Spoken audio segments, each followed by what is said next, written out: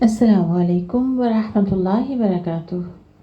الحمد للہ رب العالمین والصلاة والسلام علی خاتم النبیین رب اشرح لی صدری ویسر لی امری واحلل عقدۃ من لسانی یفقہوا قولی۔ ہم سب جانتے ہیں کہ عربوں کا جو کلچر ہے وہ قبائلی سسٹم ہے۔ تو بنو کلب کا ایک قبیلہ اپنی شجاعت، اپنی بہادری میں بڑا مشہور تھا۔ اسی قبیلے کے ایک فرد تھے حارثہ بن شراحیل۔ ان کی زوجہ اپنے 8 سالہ بیٹے زید کو لے کر اپنے میکے گئیں تو ان کی بستی پہ ڈاکہ پڑا۔ سارا سامان تو لٹ ہی گیا، لیکن اس کے ساتھ ساتھ انہوں نے بہت سے افراد کو غلام بنا لیا۔ انہی میں حارثہ بن شراحیل کی بیوی اور 8 سالہ بیٹا زید بھی تھا۔ یہ بچہ بڑا سلیم الفطرت، بہت خوبصورت، معدب، گورا، چٹا، زبردست پیارا بچہ تھا۔ اب عکاس کے میلے میں یہ بچہ فروخت ہو گیا۔ جیسا کہ انسانوں کی منڈیاں وہاں پہ لگا کرتی تھیں، اور غلام جو ہوتے تھے ان کے ساتھ پھر بہت برا سلوک ہوتا تھا، یعنی جانوروں سے بھی بدتر سلوک ہوتا تھا۔ اب زید عکاس کے میلے میں فروخت کے لیے لائے گئے تو حکیم بن حزام، جو کہ حضرت خدیجۃ الکبریٰ رضی اللہ تعالیٰ عنہا کے بھتیجے تھے، انہوں نے اس بچے کو منہ مانگے دام دے کر خرید لیا اور آ کر اپنی پھپھو کو، یعنی حضرت خدیجہ رضی اللہ تعالیٰ عنہا کو، جن سے وہ بہت محبت کرتے تھے، ان کو تحفتاً زید کو پیش کر دیا اور کہا کہ یہ آپ کی خدمت کرے گا۔ اس طرح زید سیدہ خدیجۃ الکبریٰ کے گھر کے غلام بن کے رہنے لگے۔ اب کچھ ٹائم گزرا اور خدیجۃ الکبریٰ رضی اللہ تعالیٰ عنہا نبی صلی اللہ علیہ وآلہ وسلم کی زوجہ بن گئیں۔ تو سیدہ خدیجہ نے حضرت زید کو رسول اللہ صلی اللہ علیہ وآلہ وسلم کی خدمت پہ مامور کر دیا اور کہنے لگی کہ اب سے یہ آپ کا غلام ہے۔ اور اس غلامی کے کیا کہنے، یہی تو دراصل ان کی خوش قسمتی تھی کہ اب زید رسول اللہ صلی اللہ علیہ وآلہ وسلم کے ساتھ رہنے لگے اور آپ کے اخلاق سے بہت بہت متاثر تھے۔ ادھر زید کے جو والدین تھے وہ بہت ہی ان کے لیے پریشان تھے۔ ان کی جو والدہ تھیں انہیں رہائی تو مل گئی تھی، لیکن وہ ہر وقت اپنے بیٹے کو یاد کر کے روتی رہتی تھیں، اور والد ہر دم زید کی تلاش میں سرگرداں رہتے تھے۔ انہوں نے اعلان بھی کروا دیا تھا اپنے آس پاس کہ جو شخص بھی ان کے بیٹے کے بارے میں ان کو اطلاع دے گا تو وہ اس کو منہ مانگا معاوضہ دیں گے۔ لہٰذا ان کے قبیلے کے لوگ جب بھی کہیں ادھر ادھر ان کا جانا ہوتا تو وہ حضرت زید کے بارے میں معلوم کرتے تھے۔ ایسے ہی کچھ دن گزرے اور کچھ لوگ ان کے قبیلے کے حج یا عمرہ کرنے کے لیے مکہ آئے تو انہیں حضرت زید کے بارے میں پتہ چلا کہ وہ رسول اللہ صلی اللہ علیہ وآلہ وسلم کے پاس ہیں۔ فوراً انہوں نے حضرت زید کے والد کو اطلاع بھجوائی۔ لہٰذا حضرت زید کے والد ایک بھاری رقم ساتھ لے کر اپنے بھائی کو لے کر روانہ ہوئے مکہ کی طرف، اور الٹیمیٹلی مکہ پہنچے۔ سیدھے رسول اللہ صلی اللہ علیہ وسلم کی خدمت میں حاضر ہوئے اور آ کے کہنے لگے کہ آپ جتنا بھی معاوضہ طلب کریں ہم دینے کو تیار ہیں، بس ہمارا بیٹا ہمارے حوالے کر دیں۔ رسول اللہ صلی اللہ علیہ وسلم کے کیا کہنے، آپ کے اخلاق کے کیا کہنے، آپ نے فرمایا میں آپ سے کوئی معاوضہ نہیں لوں گا، زید میری طرف سے آزاد ہے، ہاں بس میں اتنا چاہتا ہوں کہ آپ اس سے خود پوچھ لیں کہ کیا وہ آپ کے ساتھ جانا چاہتا ہے۔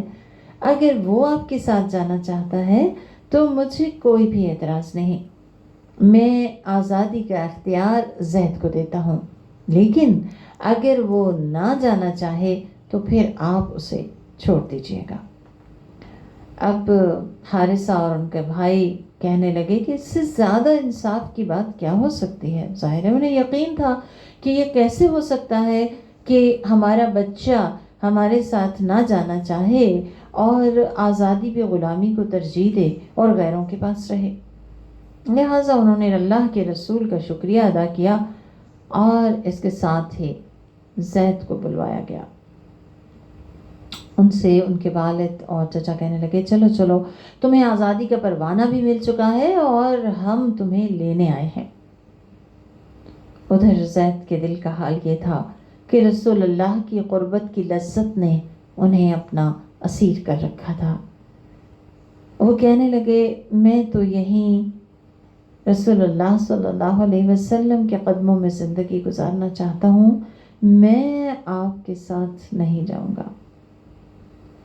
زید کا جواب ان کے والد اور چچا کے لیے بالکل انوکھا اور حیرت زدہ کرنے والا تھا۔ کہنے لگے تم غلامی کو آزادی پہ ترجیح دے رہے ہو؟ زید بولے میں نے جو مکارم اخلاق آپ کے دیکھے ہیں اس کے بعد میں کسی کو بھی آپ صلی اللہ علیہ وسلم پہ ترجیح نہیں دے سکتا۔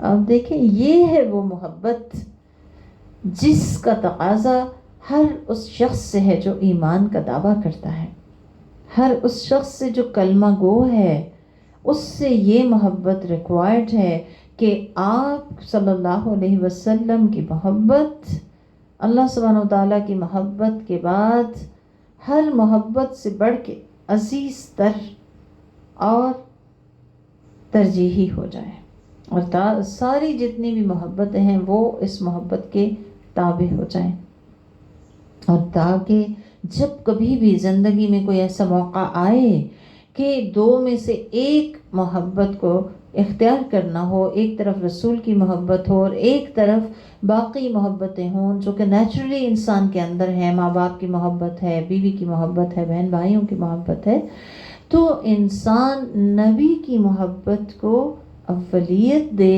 اور اس کو ترجیح دے۔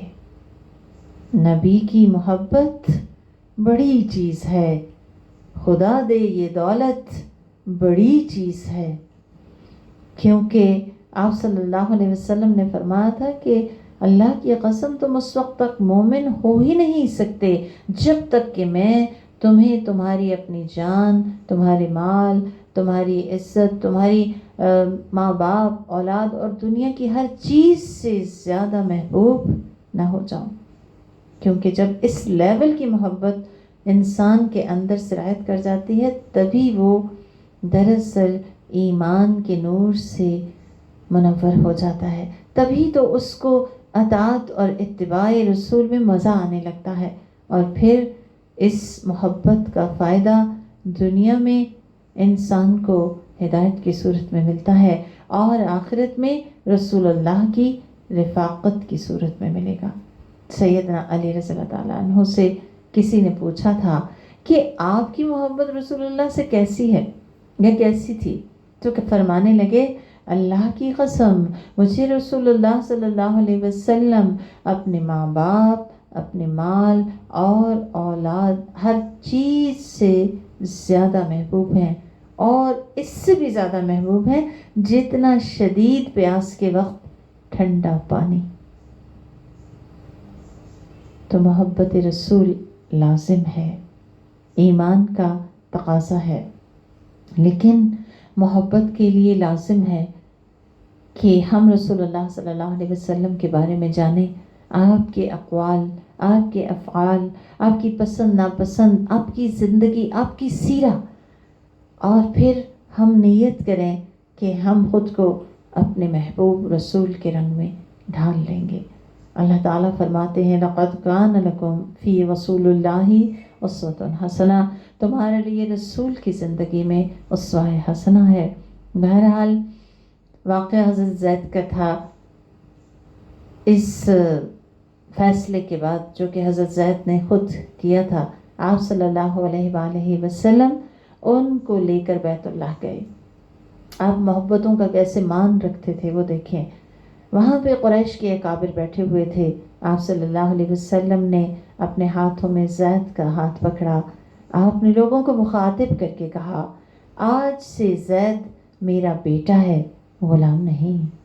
اور اب اس کے بعد لوگ حضرت زید کو دو ناموں سے پکارنے لگے، ایک نام تھا زید بن محمد، اور یہ وہ زمانہ تھا، عربوں کا طریقہ یہ تھا کہ وہ اپنے منہ بولے بیٹے کو بھی سگے بیٹا جیسا ہی سٹیٹس دیتے تھے، ویسا ہی اس کا حصہ ہوتا تھا جائیداد میں، اور سارا کچھ اس کے ساتھ ویسا ہی معاملہ ہوتا تھا جیسا سگے بیٹے کے ساتھ۔ اور اس کے ساتھ ساتھ چونکہ حضرت زید نبی کریم سے بہت محبت کرتے تھے، لہٰذا آپ کو زید الحب لوگ کہا کرتے تھے۔ اللہ تعالیٰ ہمیں بھی رسول کی ایسی محبت دے کہ ہم بھی آپ کی محبت سے پہچانے جائیں۔ اور علماء اس پر متفق ہیں کہ جب نبی کریم صلی اللہ علیہ وآلہ وسلم پر وحی الہی آئی تو آپ پر اسلام قبول کرنے والوں میں پہلا نام حضرت زید رضی اللہ تعالیٰ عنہ کا ہے۔ اللہ سبحانہ وتعالیٰ ہمیں اپنی محبت دے، اپنے حبیب کی محبت دے، اور ہر اس شخص کی محبت دے جس کی محبت اللہ سبحانہ وتعالیٰ کے قریب کر دے۔ بارک اللہ فیکم۔ السلام علیکم ورحمۃ اللہ وبرکاتہ۔